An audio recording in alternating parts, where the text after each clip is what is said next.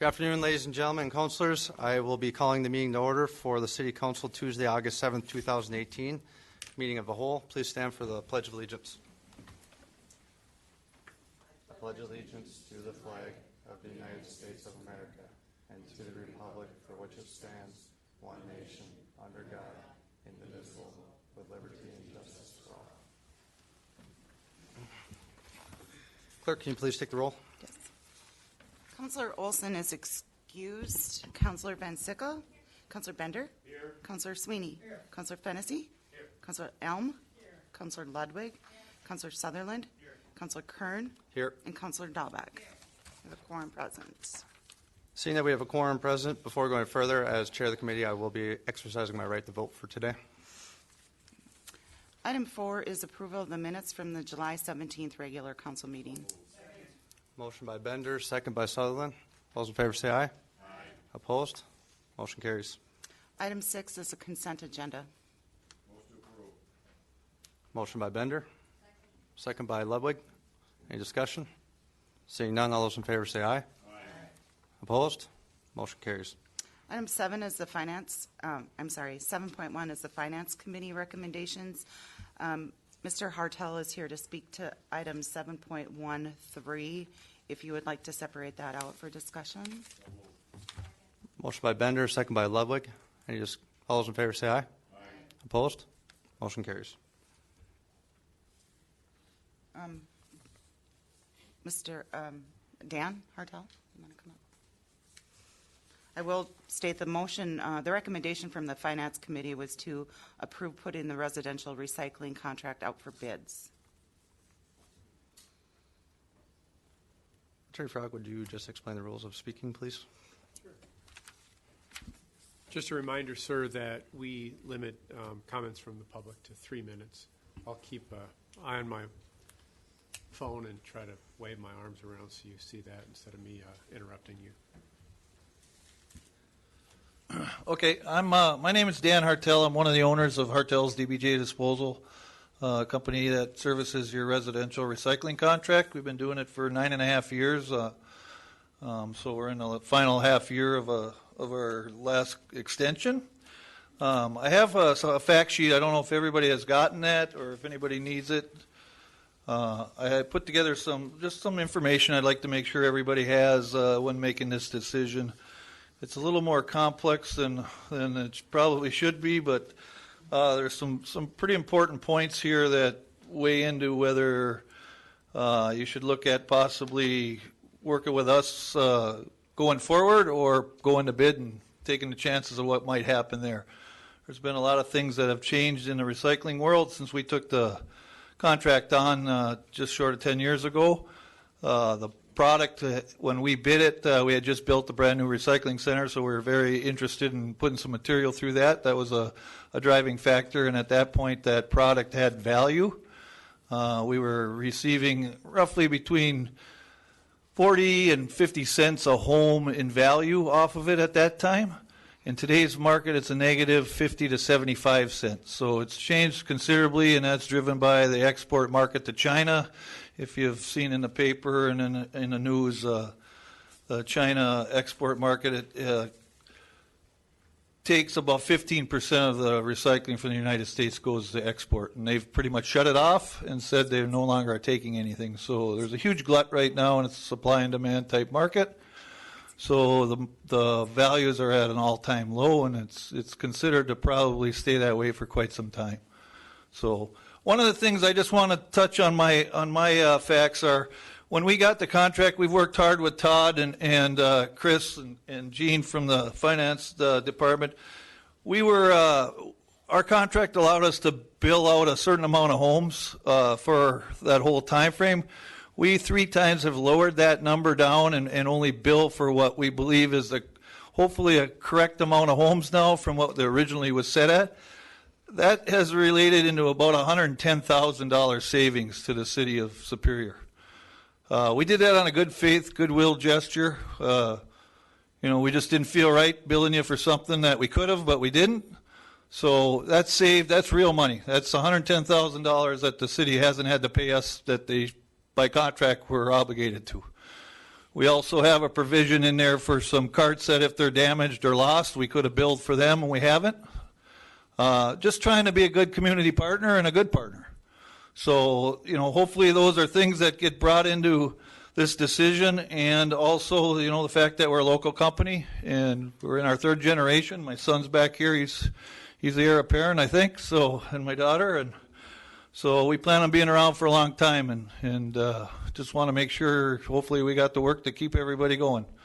So if there's any questions, I'd gladly entertain answering them, or that would be all I have. Thank you. Councilor Fennessy. Thanks. At the council meeting, I was one of them that voted to move forward with the bid process, but after giving it a little more thought, I'm not quite convinced that that's in the best interest of the city. Basically because I think this decision is twofold. One, financial, obviously we've got to factor that into, but two, services to the community.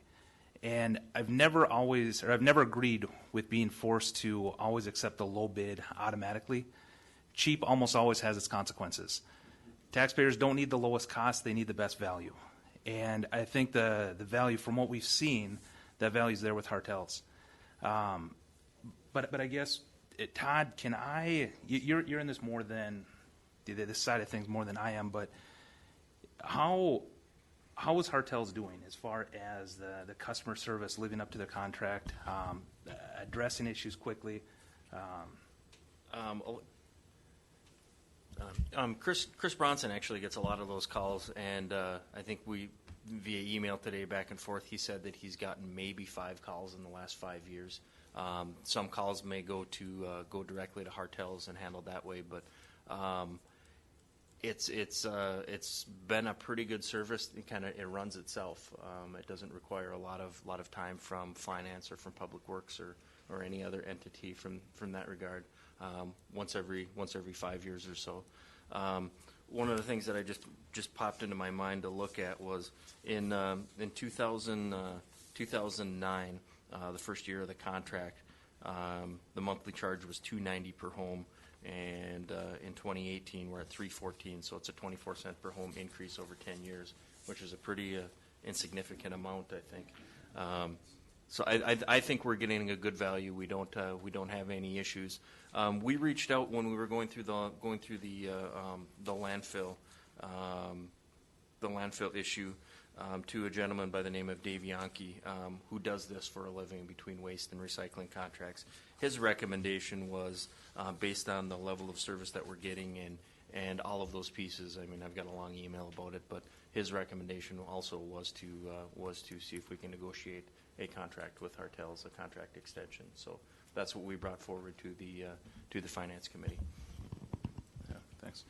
The one thing I want to add, when you're looking at the value of a company and the service that they provide, when looking at Hartel, they're local. They have local employees. They have a local phone number that we can call with any question.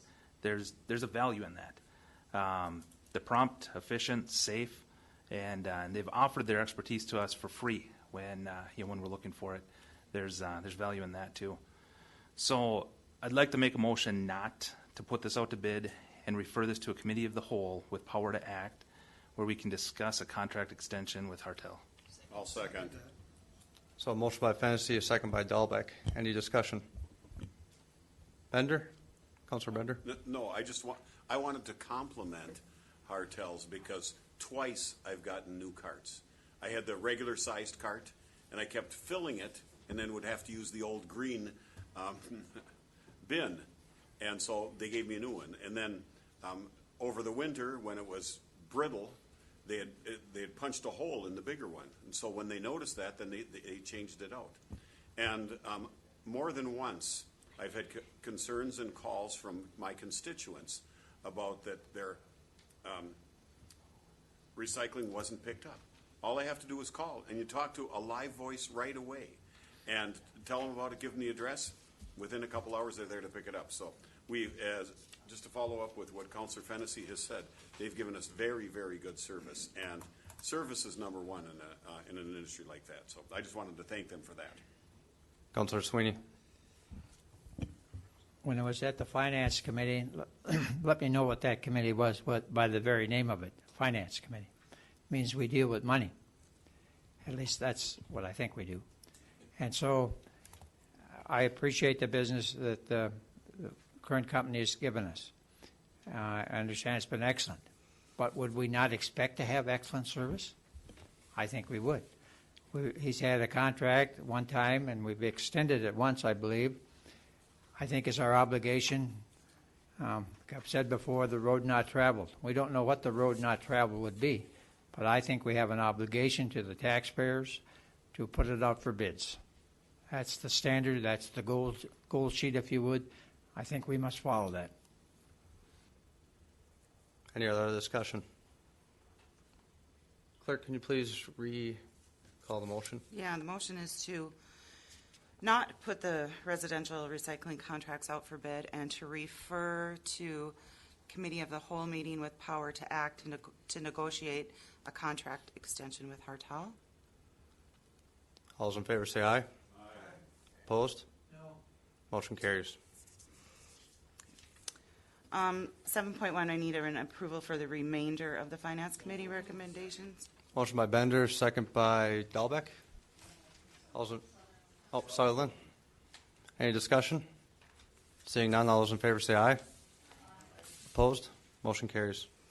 Item 7.2 is the Human Resources Committee from July 16th. Motion by Ludwig, second by Fennessy. Any discussion? Seeing none, all those in favor say aye. Aye.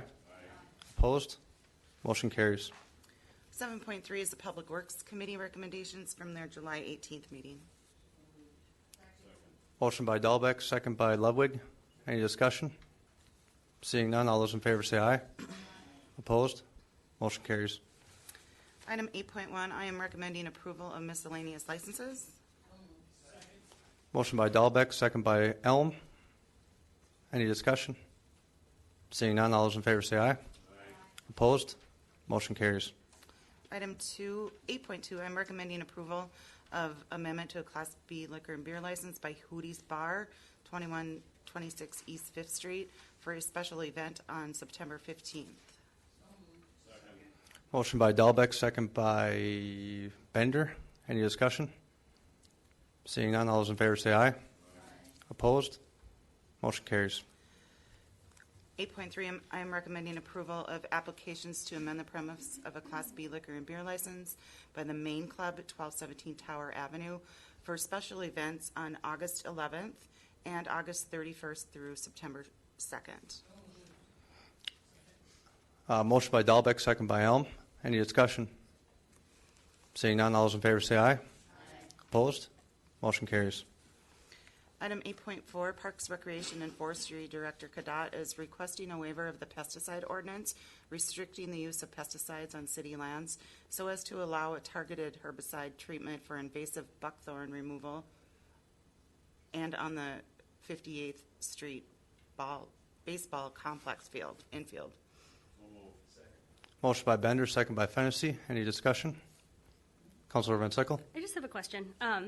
Director Kadat, is there an end date on this? Is there any other information? Because I just don't want to continually go against the ordinance. It is in place for a reason. But is there an end date? Is there any other information that we can have on that?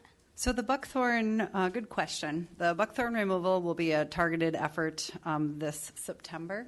We have a couple volunteer groups that are willing to help, but the removal itself is fairly ineffective if you don't treat right after you cut within 24 hours. So that's when that will happen. This is all for the 2018 season specific. I brought the request forward last year and the year before for those seasons. The ball field, I think we'll probably get, for those ball fields, we'll probably be lucky if we get one treatment in. We may get two, but the intent for this is requesting it for 2018. Are there any other methods for removal? I would say for the ball fields, not effective, and with the current staffing resources that are available. It's as a request that was put forward by a couple of the teams. So it's more about condition versus for the buckthorn, it's really about the invasive. For the ball field treatments, it's for the condition of the fields. All right, thank you. Any other discussion? Councilor Dahlbeck? Yeah, I just have a question. We've used this before, haven't we? Yes. And it's effective. For the buckthorn, it's the recommended application from the DNR. The ball fields is slightly different, but that's the one that is also recommended for ball fields, so it's not the same product. Okay, that's all. Thanks. Thanks. Councilor Van Sickle, you got, Councilor Ludwig. Okay. Yeah, Linda, could you just, on the ball fields, excuse me. Okay, so what's the procedure? Do they just like spray along the fields? I guess I want to know what exactly is done in the ball fields. I know the buckthorn because I've been involved in helping, so. Well, you caught me a little off guard with I don't know the exact specifics. I know they spray a perimeter around the fence so as to keep keeping the fence line cleaner. But as far as how much and how they apply it to the ball fields, I didn't get into that level of detail, but I could certainly get you that Okay. prior to it being done. And then an additional question. What's the time frame? Do you know when they're going to spray? I would say it's going to be in this season, so the next month or two. We'll have to go through all the postings. We have to find out if anyone's on the list and follow all the procedures that are ordinance outlines. Okay. And so Okay. it would be as early as next week. If for the buckthorn, like I said, that's another effort in September. And our staff that's spraying, are they familiar with pollinator-friendly plants? For example, right now with the milkweed, it's prime season for migratory monarchs to be laying their eggs, and for the generation that's migrating south. If we destroy those, then we have no butterflies to migrate south to replenish. So, I'm just concerned that we take those things into consideration. Absolutely. So, okay, thank you. Thanks. Any other discussion? Seeing none, all those in favor say aye. Opposed? Motion carries. Item 8.5, Director Kadat is requesting to waive the proposal requirements for services over $25,000 and approve the amendment for the Fairlawn Mansion roof replacement and turret restoration from LHB Inc. for $18,470, making the overall A&E service on Fairlawn Mansion for the turret repairs, roof replacement, and painting specifications for a combined $27,260. Motion by Sutherland, second by Elm. Any discussion? Councilor Sweeney. Are these two separate bids? Are these two separate bids? That's a great question. So initially, the All my specs. questions are great. It is a good question. So initially, the specs were put together for the painting alone. As you may recall, that went out for bids last year. We never awarded the bid because it came in higher than we budgeted. So one of the ideas that we talked about was combining not only the painting, but then the roof and some of the dormer with the overall project, hopefully then putting that out earlier in the season. Our thought is right now, roughly December, January, for construction for next year, and combining the whole project and the additional funding that was set aside in the CIP, now making it a slightly bigger project, hopefully a lesser amount, because we only had one bid and it was significantly over for just the painting. So instead of just adding on to those A&E services, as a separate but then combined bid, I thought it was more transparent to just say, okay, now we're adding on to this contract. It's now become a bigger contract, and so I'm bringing it forward for approval. Okay, thank you for that. Is the LHB, that's one company, is that correct? Yes. And they do roofing and painting? So they're just doing the specifications for it. That's what We I still thought. have to put it out for bids. Okay, Yeah. all right. So they're just adding on to those specifications. So not So- only the painting. There'd be two separate bids, then I would assume, right? We're combining it as one project because we did bid it separate. Okay. So we're combining it into basically three different projects. So the siding, all of it into one. Oh, okay, thank you. Any other discussion? Seeing none, all those in favor say aye. Opposed? Motion carries. Item 8.6, Director Kadat is requesting a waiver of pesticide ordinance restricting the use of pesticides on city lands so as to allow an application to the power line right-of-ways. Motion by Fennessy, second by Elm. Any discussion? Seeing none, all those, sorry, Councilor Ludwig? Okay. Again, Linda, I guess I would like to know, what's the alternative? If we would say, no, we don't want this company to use pesticide, what would be their alternative? Well, I'm hoping there's a gentleman here to speak to that today, if that would be allowed, but from the Lake States Tree Service, because I asked that very question as well. So, Would you like to address the podium, please?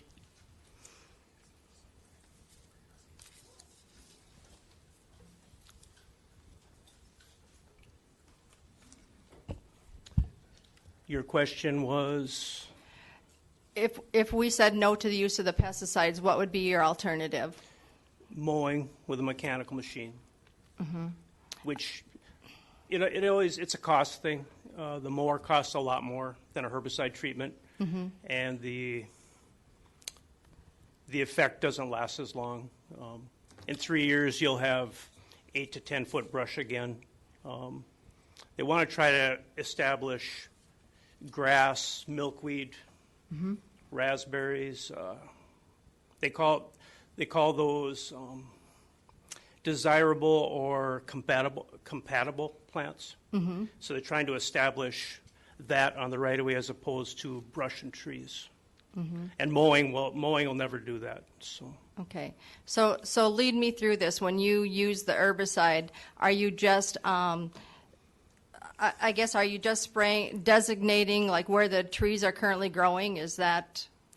We use handheld guns, not a fixed boom. So it's applied directly to the targeted plants, not to, like you brought up milkweed or raspberries. We don't go out of our way to get those. And in time, they take over the right of way. And so do you also watch for the weather? Like I know I drove along 42nd there, and I noticed there, it's wetlands. There are a lot of cattails, which tells me it's very wet. Yeah. And so we wouldn't want it, sprayed like when there's going to be a weather event or even in that wetland area. We have to keep weather records every 2 hours. We have to check wind, temperature, wind direction, and that's a record that is required by the state. And so we do that all day, every day. You brought up wetlands. The mix that we use is approved in wetlands. We chose that because it can be used in a wide range of areas. Okay, and so again, no, we got to watch the weather. Okay, and again, just to reiterate, it would be target areas only, right? It wouldn't be like the whole shebang along the power lines, right? The power line right of way, yeah. Just the whole thing. Yep, and we would not be spraying the Douglas County Road right of way, which is about 33 feet from center line. So the poles are usually just outside the road right of way. So it'd pretty much be from just inside the poles to out to the tree line. Yeah. All right, and all right, and so you would be targeting everything, like even like right now there's goldenrod out there growing, so that would. We don't target goldenrod, no. Okay. No. All right. Okay, thank you. You're welcome. Any other discussion? Seeing none, all those in favor say aye. Opposed? Motion carries. Item 8.7, Finance Director Vito has an update from Health Partners on the city's self-insured health insurance plan for 2019. Hello, councilors. Good evening. Okay, what we have tonight, I'll actually be doing the presentation, and I have a couple people behind me that may add some information too if you have any questions. I have behind me is Brian Rudy from Health Partners, and they are the city's third-party administrator of our health insurance plan. And then I also have Sherry Freeman from Holden Insurance, and she is our she's an employee benefit manager, and so she handles any and all claims that any member of the plan may have related to health insurance. So tonight is just informational only. We are just seeking to give you an update on something that we've been starting to discuss at the Finance Committee. We started discussion at our July meeting, and Councillor Kern had asked that we bring the discussion to the full council just because we are having an unusual year within our health insurance fund. A very costly year because we're having a very high number of high-cost claims, unfortunately. So, and then we'll also kind of tie into how that will affect the 2019 budget that we're fairly soon going to be bringing forward to the council for adoption as well. And of course, answer any questions that you may have. So a quick overview. The city has what's called a self-insurance health fund. That means that we're not going out to the open market to buy a plan. We have our own health insurance plan. It has been, it's come to fruition literally over decades, and it's from negotiations that we've had with unions, and so we have a very wonderful health insurance plan. We self-fund all of our claims up to a certain level.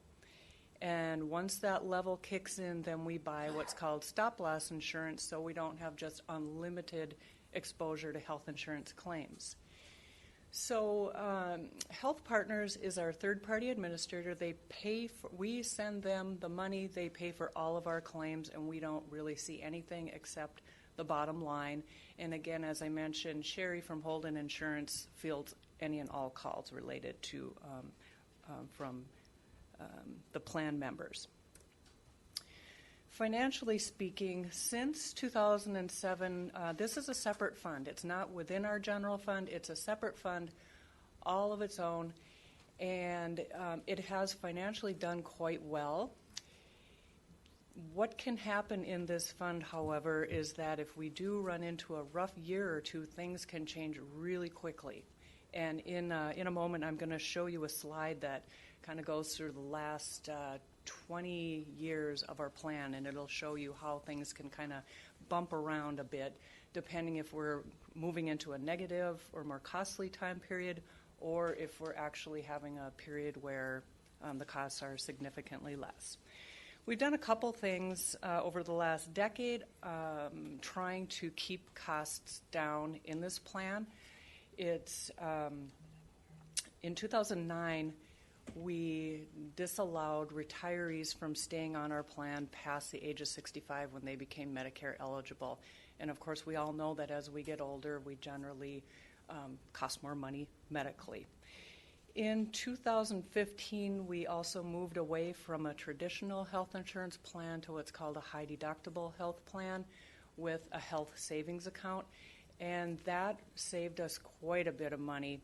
What it ultimately did was it put a lot more decision making into the actual plan participant. They have, with the health savings account, they could actually end the year with some money in their very own account if they chose not to go see a doctor for some smaller, like if you have a cold or something.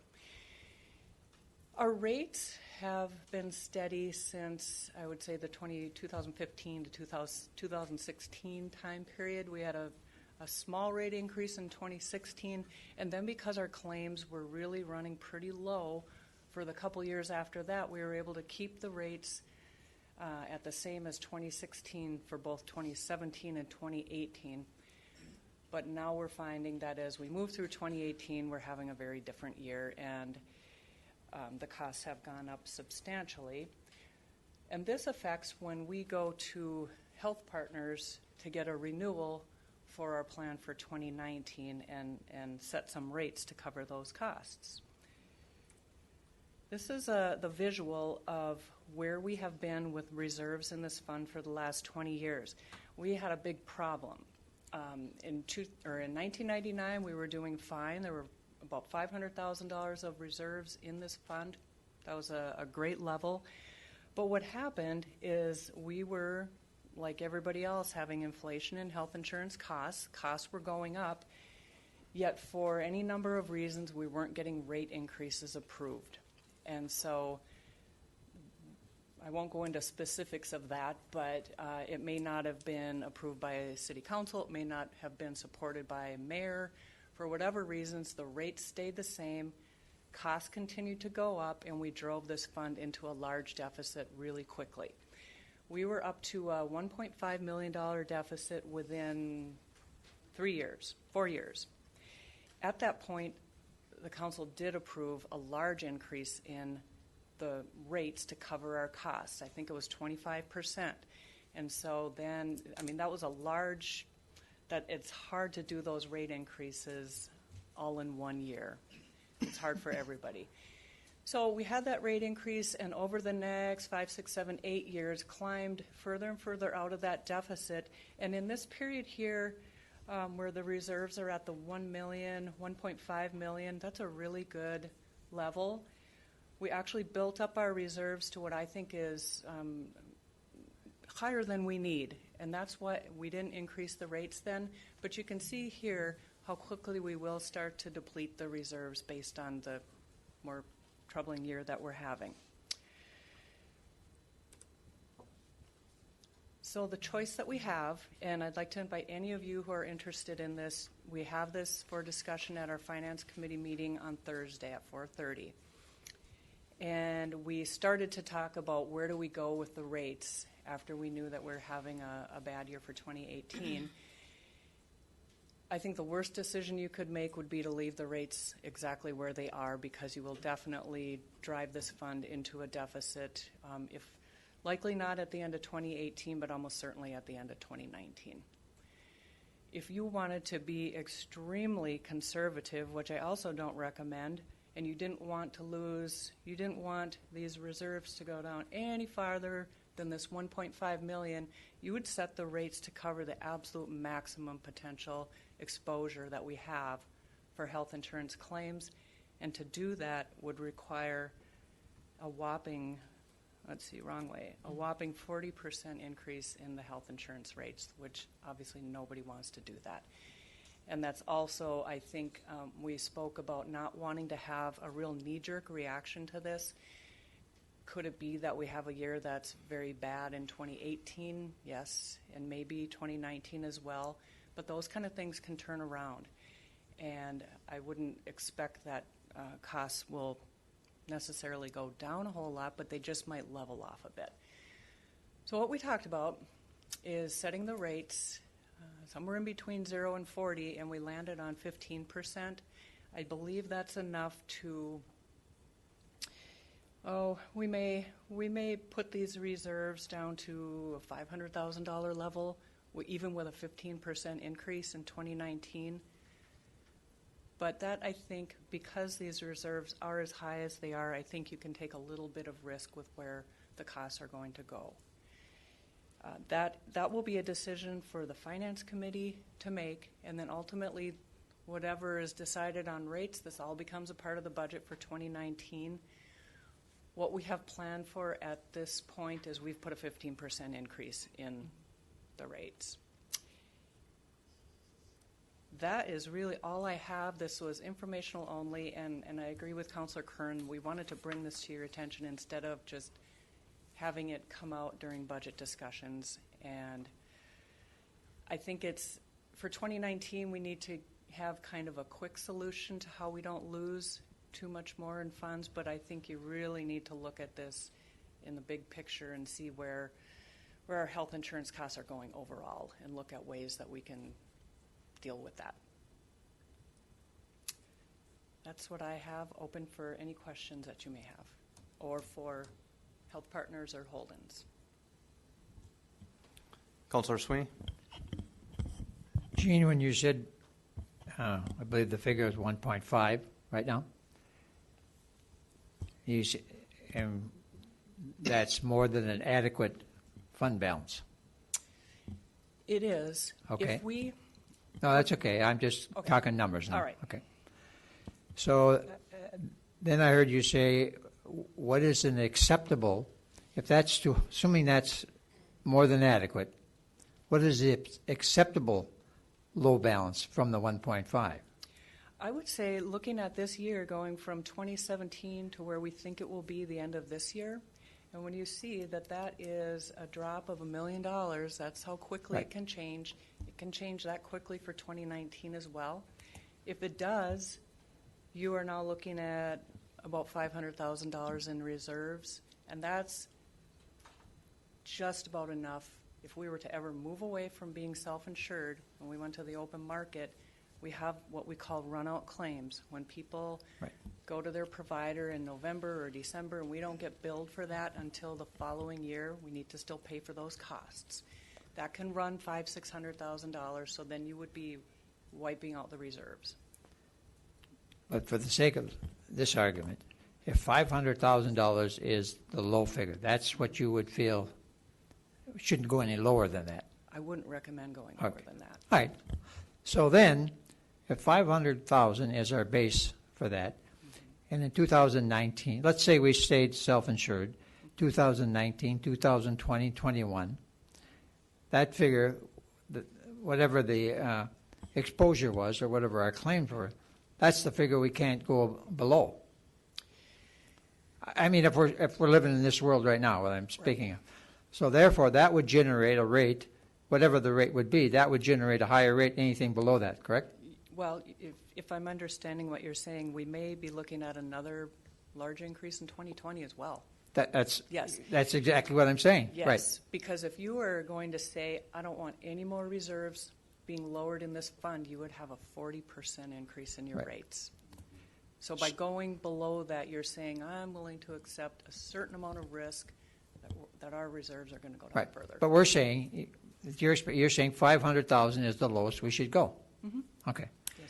And so in 2020, then, let's say we had another catastrophic, I don't know if we consider this an anomaly, this I 2018? think it is. I think this is very unusual. I Okay. have not seen this number of high claims in at least a decade. Okay. Probably more. So we could, if this is an anomaly and the chances of it happening again are not great, okay? Right. So going forward then, we would always maintain a $500,000 balance. And so the rate would be determined by whatever that number is. Yes. What we could do is, well, what we will do a year from now, let's say the end of June, early July, we'll have a good idea of how things are transpiring for the year. So you'll have a good idea of what you may need to do for 2020. If costs go down, you might not have to have a large increase in 2020, or you need to look at the other side of things too, which are the costs. And if you don't feel like solving it every time by increasing the rates, then you need to look at the costs of the plan. Right. No, that's what I am interested in, solving it for the long term. Absolutely. Okay, thank you. Any other discussion? Councilor Van Sickle? Just wanted to thank you for bringing that to the council. You're welcome. Very welcome. Thank you.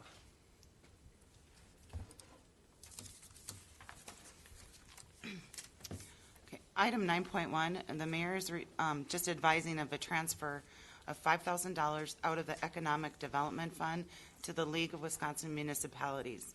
This is for information only. Again, no action is required. Item 12.1 is an ordinance introduced by the Public Works Department, amending the traffic code, Schedule J, disabled parking zones by adding 1302 John Avenue. It says removing rather than adding. Did I say adding? Yes. I'm sorry. I'm used to saying adding. Removing. Motion. 1302 John. Motion by Councilor Elm. Second by Councilor Bender. Any discussion? Seeing none, all those in favor say aye. Opposed? Motion carries. 12.2 is an ordinance introduced by the Public Works Department, amending the traffic code, disabled parking signs by removing 2130 John Avenue. Motion by Bender, second by Sutherland. Any discussion? Seeing none, all those in favor say aye. Opposed? Motion carries. And 12.3 is an ordinance introduced by the Public Works Committee and the Public Safety Committee and Parks and Recreation Commission, repealing and recreating Chapter 90, Parks, Recreation, and Forestry, Article 7, Motorized Recreational Vehicles. Motion by I didn't hear it say. Motion by Sutherland. Second by Dahlbeck. Any discussion? Yep. Yeah, we have. I believe we have quite a few people that want to sign up and speak today or have spoken. If there's anyone else that's in the audience that snuck in a little bit late, please come up to the podium, sign your name, and then we'll call you in the order of which you came up. I just want to read into the record, too. I was given a petition with 23 signatures opposing the ATV, UTV vehicles within the city limits on city streets. And again, if folks didn't hear this at the front end of the meeting, we limit comments from the public to 3 minutes. I'll time keep and give you some signal when you're there. Do you want to call them up or you want me to? Okay. Up first to speak, we have Spencer Miller. And if you'd state your name and address at the front end of your monologue.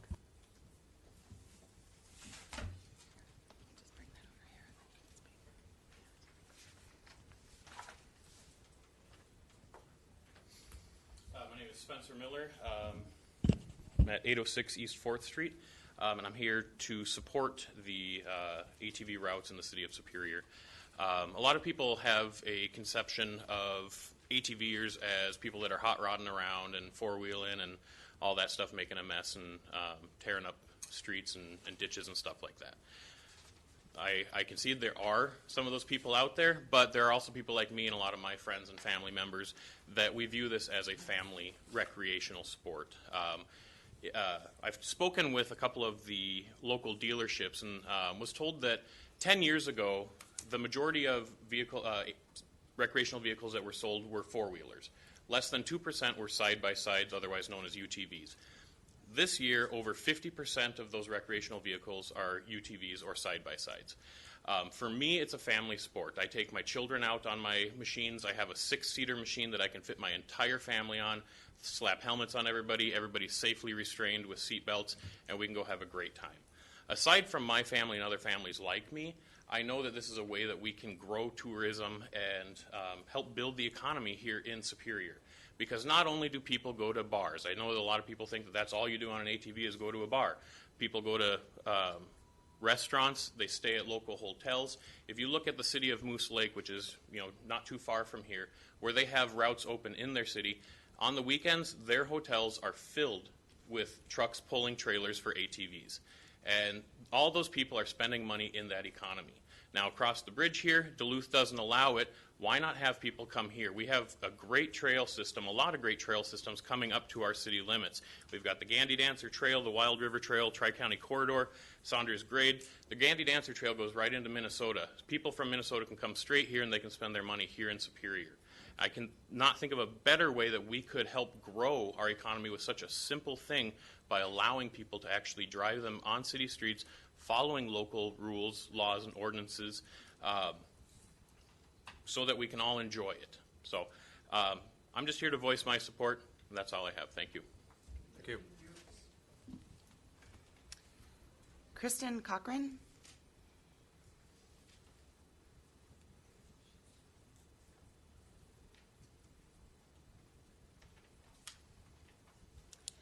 My name is Kristen Cochran, and my address is 809 East 5th Street.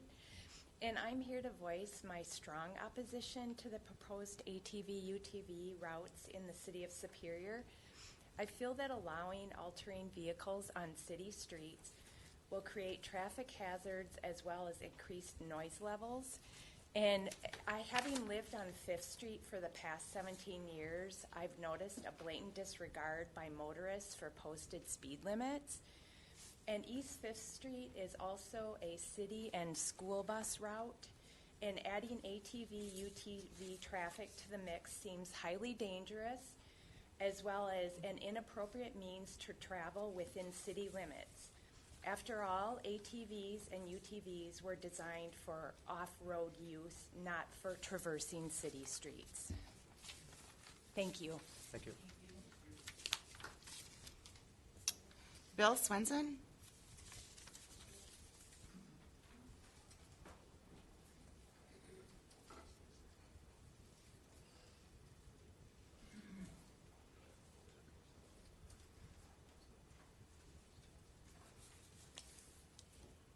Well, thank you for giving me the time to speak. I didn't want to get into this issue, but I read the utility bill and I saw it in there, and I put it down, and then a neighbor came over, Romaine Miller, and talked to me about it, and then I got fired up. So I went over and talked to Brett, and he's our city councilor for that area. And he indicated, well, we put it in the paper a few times, it's been in that utility bill. So he thought maybe people were in favor of it. I didn't know. I didn't think people were aware. So what we did is I put together a petition. I handed out copies of people that signed it. And I also put it in I think I sent it to all the councilors so they could get an idea what we said. And we circulated it from 9th Avenue East to 15th. We knocked on 48 doors. We got 28 responses. Of those who answered the door, only 11% were aware of it. So to me, that was a big issue. You know, Superior as a city, if we're going to pass something, whether it's about ATVs or anything else, the public has to know about it ahead of time. They have to understand all the pros and cons of it. And it has to be a majority of the public. When we put it through without getting that majority support and that majority involvement, they think you're sneaking something through on them. They don't support it. It builds mistrust. It builds lack of support for the city. In contrast, when you look across the bridge, and I think they do planning a little different, at something like Bentleyville, they were behind it, they were supported, they volunteered for it. That's a great project. This, I don't believe, is a good project, and I also don't believe it could ever be a good project until you build much greater public awareness if you're going to follow through with it. The second question I had is, would they support it? Well, on East 5th Street, which is going to be one of the places where it was proposed, if you look at that street, it's well used, it's heavily used, a lot of nice homes with well-kept yards. Of the 27 that responded, 89% were against it. They don't want ATVs and UTVs on their streets. And you might understand why. They add noise, they add safety issues. They are better than they used to be. I have an old ATV. It doesn't have a brake light. So you'd have to have some special regulations to allow all of them on. Without people supporting it, when you put this through, again, it builds mistrust, lack of interest, and lack of support of the community. If you want to build the kind of Superior that I think most of us want, you build awareness and you build support, or you pass it up. Sorry, sir, that's 3 minutes. Thank you. Okay. There's a lot of safety issues. I have an R. Mellon. Mellon?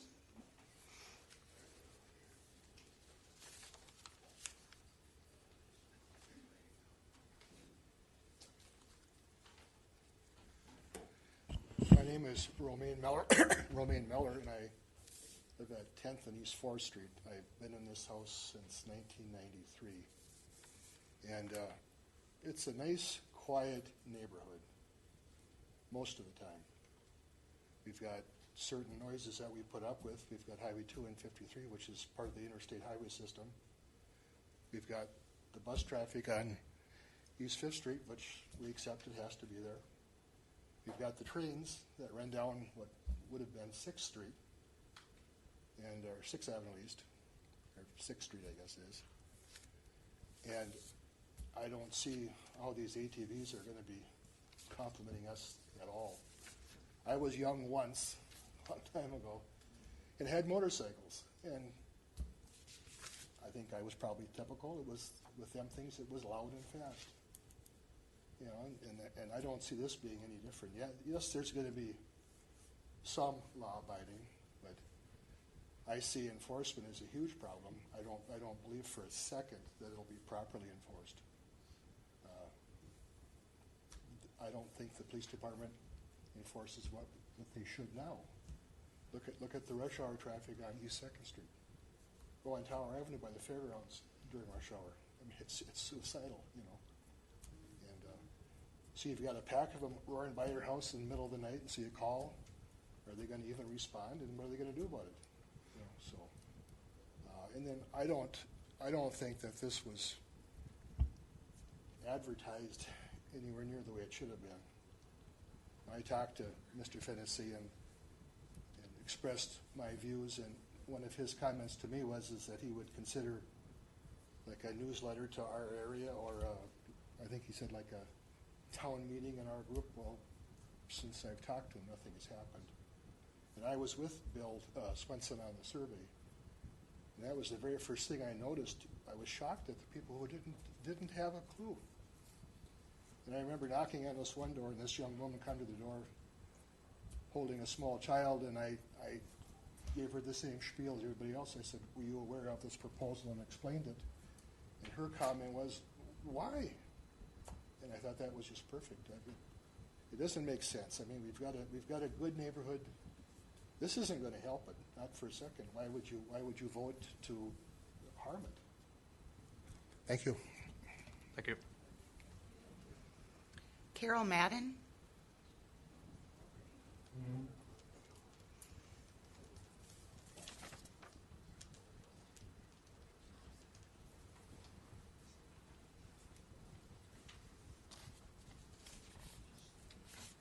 Guess we have the whole neighborhood here. At least Central Park is represented. I don't know about the other areas of town. I've lived in the neighborhood since I was 5 years old. I grew up on 6th Avenue East and 5th Street. I have seen a lot of changes. However, I don't think that we need to include the noise from these machines. I don't think we need the air quality issues of these machines. I think if we have children that are getting off the bus on the opposite side of the road. So we have a school bus parking on this side of 5th Street. Now here's 5th Street, and these children have to go across the street. Well, what a horror for the bus driver to watch these children making it if these people are responsible enough to stop. I don't think the age of the children driving these machines is high enough. When you have a 12-year-old behind a machine, they don't know the laws of the road. They're kids. They just don't understand the speed. I think 35 miles an hour is quite a bit of speed in the city. And I just don't see anything good coming out of this. And I also have to think, talking about the income from it, is all I can notice is who is behind this idea. Was this a tavern league that decided maybe we can have a run throughout the city? We can pick up our poker cards, because we certainly have a lot of bars involved in this. And it's just a safety thing that I think we should be looking at. And also, we don't have the sidewalks in our neighborhoods either. There's some portions of going down to East 2nd Street where there isn't a sidewalk. So where are our children, where are our walkers supposed to walk if these other vehicles have the right of way to use the streets? And I'm saying you've got a 12-year-old using the street at 35 miles an hour, and I'm walking a dog, and the dog gets loose, and I get dragged. Is that 12-year-old or 16-year-old going to be able to have this under their belt. 20 And- seconds. Pardon me? 20 seconds. Think about this. This really sounds like it was done not appropriately. Thank you. Thank you.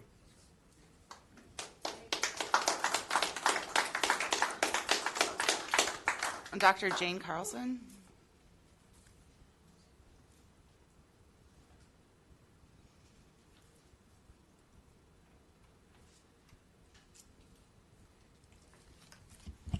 Hi, my name is Jane Carlson. I live at 908 East 3rd Street in Superior. I've lived at that residence for 31 years. I'm not originally from Superior or even Wisconsin. I've moved up here with my husband. We had a great home for our 2 boys. We raised, went to college. It's been a great place to live. We live right behind Fairlawn, and we love it. We received this letter in our utility bill. And my focus is going to be 9th Avenue East, because that's the street I'm very concerned on. If you look at all the maps, it's one of the few residential streets. I would really like all the councilors to go down 9th Avenue East from 5th Street to 2nd Street. It is a very, very narrow street. When they closed off all the avenues for thoroughfares, when they did Highway 2, that is the only street that you can cross between Belknap and 18th Avenue East. It's very busy in the morning. It is so narrow that only 2 cars can go by it. It doesn't have a sidewalk from 3rd Street to 2nd Street. Then you have a crosswalk at 2nd Street. It is very dangerous because the lights are not timed at the same time. I have used that light and that street every day of my life since I've lived here, okay? So I don't understand why you've picked that street. So it's a narrow street, it's a residential street, it's a high-traffic street, has no sidewalk. The crosswalk over 2nd Street is extremely difficult. It's extremely dangerous. The letter, I have one question. The letter never mentions snowmobile, but in your agenda items, it does mention snowmobiles. So is it in the letter? It said ATV and UTV. Is snowmobiles included in that? It also, in the letter and in the map, shows no Asagi Trail. But yet in your agenda, it shows the Asagi Trail. So I'm quite confused about that. The other thing is, when I looked up the age for ATV in the state of Wisconsin, it's 12 years old. And for UTV is 16 years old. So we need to really think about it. I went to my neighbors and took this letter. They didn't even know what a QR code was. This meeting is held in August. This was sent in our utility. This is not right. We have put up with a lot because of the Fairlawn traffic, but this will be an everyday occurrence of being a distress to this neighborhood. Thank you.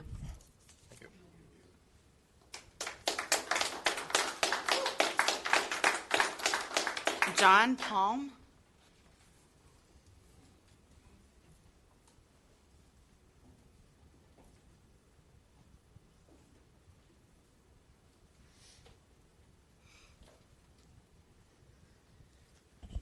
Hi, I'm John Palmy. I live on 1827 Garfield Avenue, and I belong to an ATV club.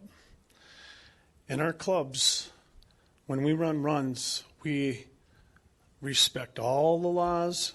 We are not racing down no alleys. We're actually going by the speed limits. And I think this town needs this revenue. It needs something to pick it up. And this will pick up the revenue. It will. Because I have a lot of people I've talked to that from the county would come in and stay at our hotels if they had a way to come in to get at the hotels. And it's just, I can understand it's not safe for some people, but it's, I've rode with a lot of UTVers, and they respect the laws because they don't want to ruin it for everybody. And it's just, I don't understand the safety thing here, because there might be a couple people that will disobey it. But most of them are adults, most of them. There might be a couple that are not going to do it. That's with anything. But I think this is a great opportunity for Superior to kick it in gear and bring some revenue into the town, because we are a dying town. Thank you. Thank you. Penny Wick.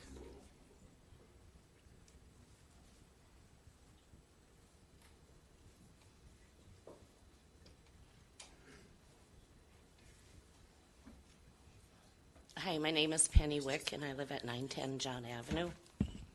And I just wanted to state that last winter when the ATV route went through Superior, I seen a lot of people that lived in the county that swung by my house. They were all very respectful. I had people that stopped and said hi if I was sitting out on my deck with the dog out. They'd slow down when they'd see anybody walking down the alleys. I had no issues whatsoever. I didn't hear people flying down the alleys like I'm hearing everybody expecting. People I ride with, there are a few. Not everybody drinks and drives, which is things I've heard tonight. A lot of people like it to get out, get your family together. A group of people will go out to dinner together this way. We can all ride together versus having to everybody take a vehicle.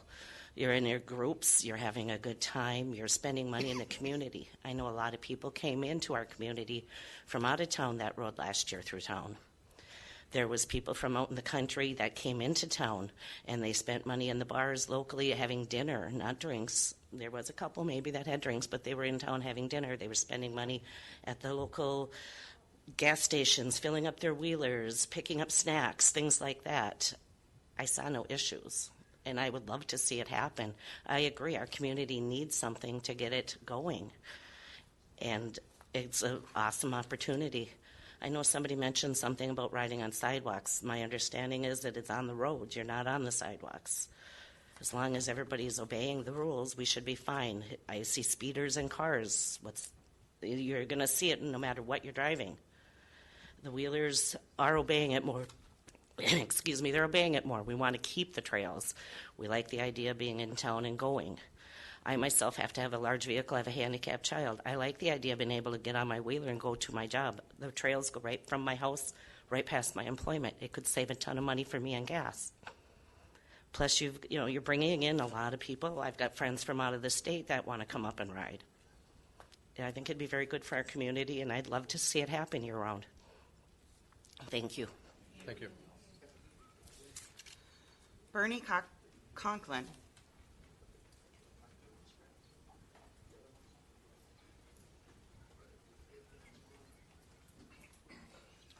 Well, good evening. My name is Bernie Conklin. I live at 3272 East County Road B out in Foxborough. I'm the president of the local ATV club here in Superior Swords ATV club. A couple of things I just want to comment on. Just in May, we had 4 people stop us at the end of the trail wanting to get to Superior, looking for gas, looking for food. We've had numerous emails and calls to our ATV club asking the same thing: how can we get into Superior? Right now, currently, there are 376,568 registered ATVs and UTVs in the state of Wisconsin. Snowmobiles is down around 140,000. The ATVs and UTVs especially are the way everything's going. It is, as the one gentleman pointed out, it's a family thing. You can buy one big enough, you can fit your whole family. You get out, have a nice outing together. There's other towns in Wisconsin, I'm sorry I don't have a lot of the names of cities, both smaller and larger, that are approving ATV routes through the cities. I was in Casper, Wyoming. That's a city of 55,000 people. They have ATVs running down the city streets. Hill City, Nemo, Rapid City, South Dakota. If you're not a resident of the state and your ATV or UTV is not licensed, you pay a small fee. You get a certificate saying you can drive it on the city streets. Per the ordinance here in Superior that they're asking for, all drivers must be 16 and have a required driver's license. The state, that's more stringent than what the state requires. The state does say 12 years old to ride an ATV. State also says they have to be at least 16 years old to ride on a street, the blacktop street. If they're not 16, they have to have an adult or guardian with them to be able to ride on that street. The other thing, talking about riding on the sidewalks, the ordinance as written for the city of Superior stating they must ride on the extreme far right of that lane. So that takes away the riding on the sidewalk. The noise issues, they have to have a stock muffler with only so many decibels allowed. You cannot have a racing four-wheeler UTV running down the streets because they will get stopped. And the city police can pull you over on an ATV side-by-side just like a DNR, and a state patrol can do the same thing as well. So it will be monitored that way for speed as well. And on the license plates, every ATV and UTV has to have a rear license plate. So if somebody is racing down a street or going through somebody's yard, if you can get that number, that is directly related to their registration number on that vehicle. The state will know who that is, and that person can be dealt with. All the registered ATVs, the club riders, we want this. It's just growing our sport. Other cities over by Hurley, Iron River, all those areas, you can ride in the cities. They love it. They love the business. It does bring a lot of extra money in. That's all I have. Thank you for your time.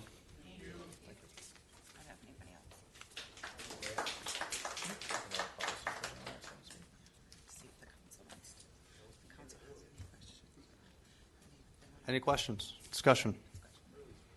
Councilor Fennessy. Well, this has been one way to get to know the people in my district. One of the first people that called me was Bill Miller, who spoke tonight, and he was saying that it's not getting out there enough. It's not getting out there enough, and I told him, Bill, we put an article in the paper, and there's a stuffer in your envelope, and it's all over Facebook and this and that, and I said the word's gotten out, and then he started going door to door, and people started calling me and telling me that they didn't know anything about this, that they found out from Bill or Romaine, and that's a problem. That's a problem when we're trying to get something going, and they're finding out because their neighbor's going door to door. That means that we haven't done a job well enough informing the public. And at first, I was confident that that the word got out, but I'm not confident anymore. And so, I think we need to pump the brakes a little bit on this, and take more time, get the word out, give people like me an opportunity to do a town hall meeting or a community meeting where we can get some public input. I also think we need to rethink some of the routes. Especially the stretch of East 5th in particular. So with that, I'd like to make a motion to table this indefinitely until we can figure some of these things out. I will second it. So a motion by Fennessy, a second by Councilor Sweeney. Any discussion on the motion? Councilor Sutherland. A lot of people came up here to discuss their concerns and their support of it, and we try to make this as transparent as we could, more than any other topic we have on our agendas, and I think a lot of people can agree with us. We sent out, can someone respond, was it about 9,500 flyers? All right, I don't think we've done that in a while, have we? We're trying to make it transparent, and for people to say that we're trying to be sneaky, it's not. It's completely opposite of what we're trying to do here. We have met with the Telegram several times. They come to our meetings. They come to the Public Works Committee meetings, which it was passed, Public Safety Committee meetings, which it was passed, and all that is open to the public, and it's on the website. It's transparent right there.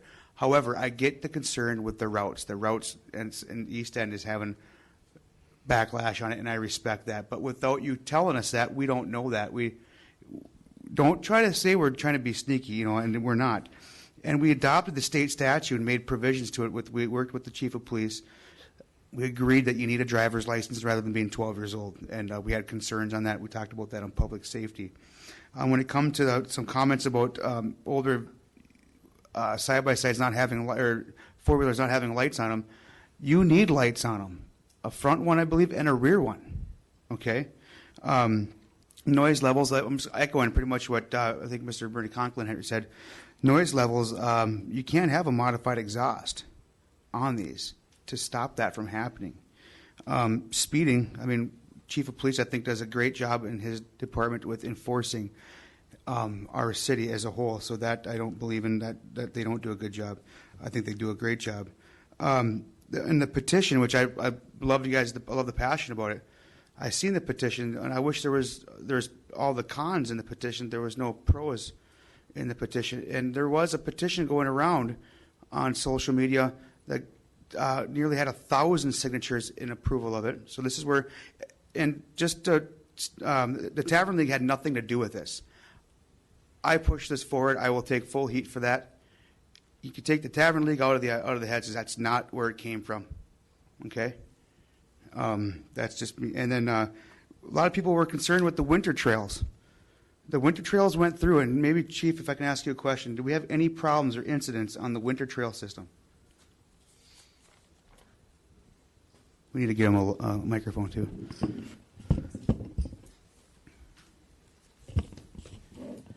I mean, as with any year, I mean, during the winter, we occasionally get complaints. We didn't see any significant increase in it. We created a special code when the winter trail system opened up to try to track and see if there was an increase, and we didn't notice any.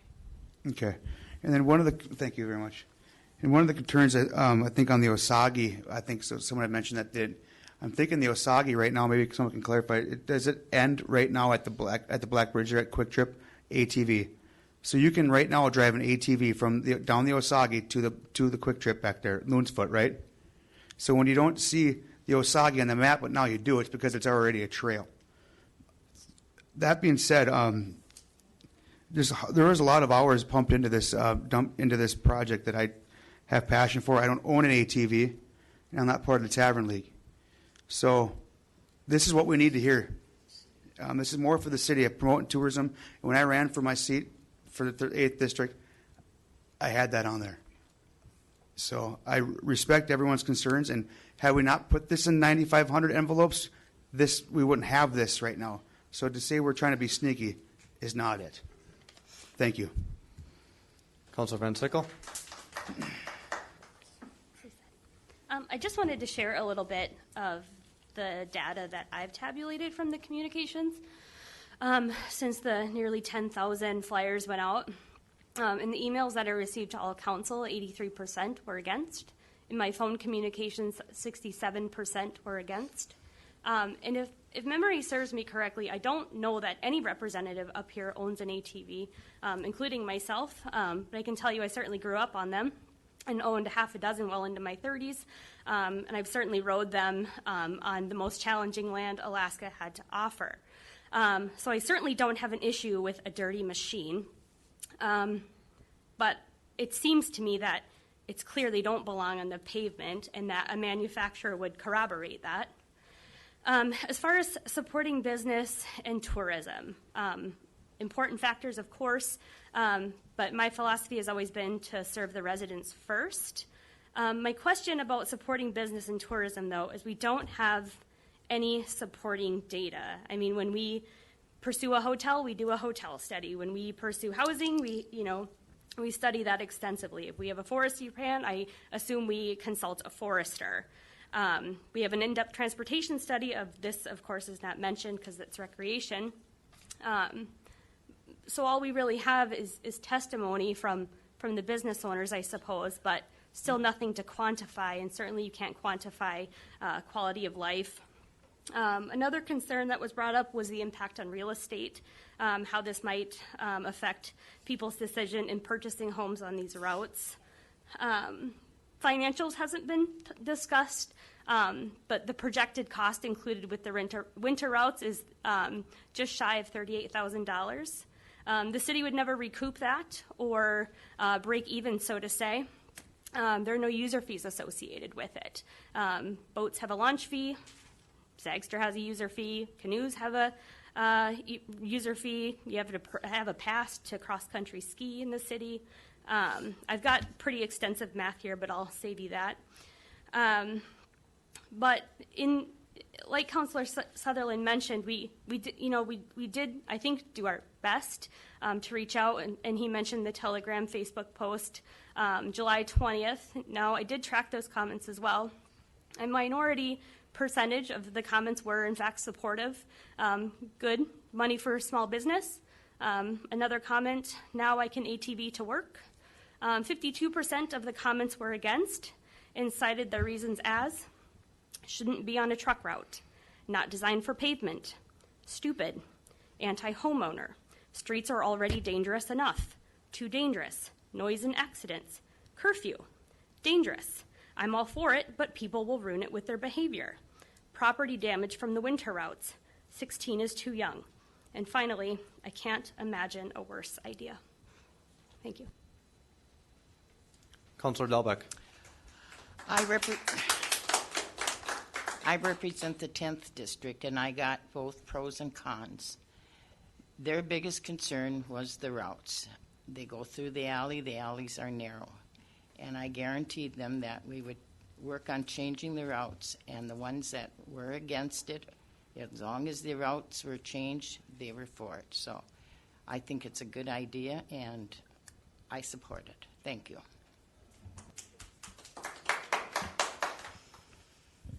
Councillor Fennessy.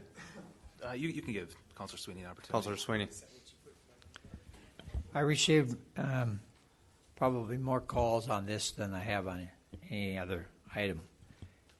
And without question, the number one concern, and a lot of these people lived on East Fifth Street, okay, which is a directly planned route. They were concerned about safety. And safety can come in with many different hats, but the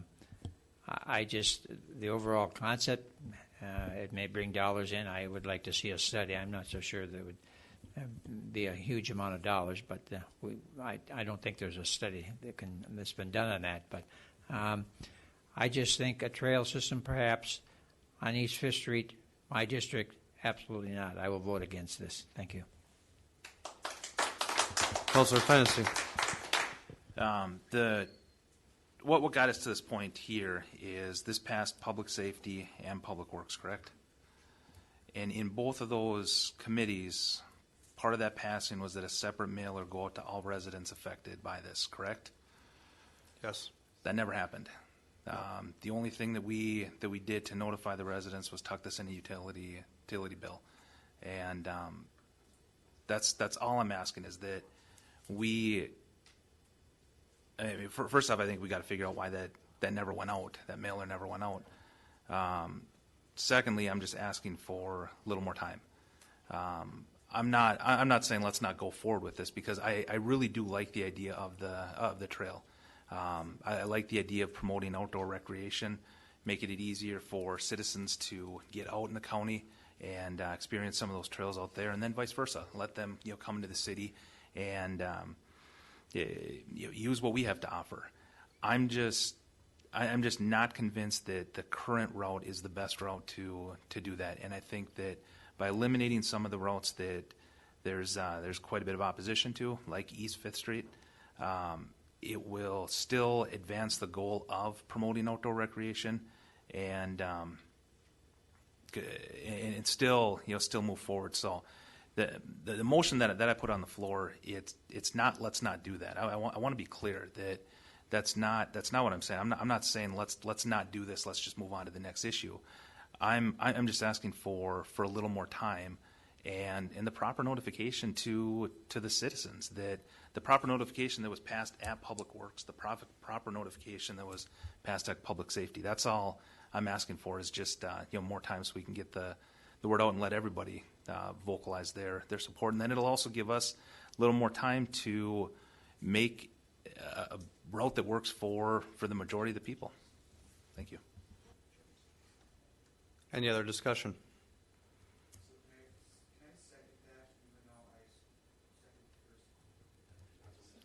We already have a second. Yeah. So the motion to table was by Fennessy And Jack Sweeney. and a second by Sweeney. Seeing no more discussion, all those in favor say aye. Aye. Opposed? Motion carries. That's all we got. Seeing that there's no more business, we are adjourned.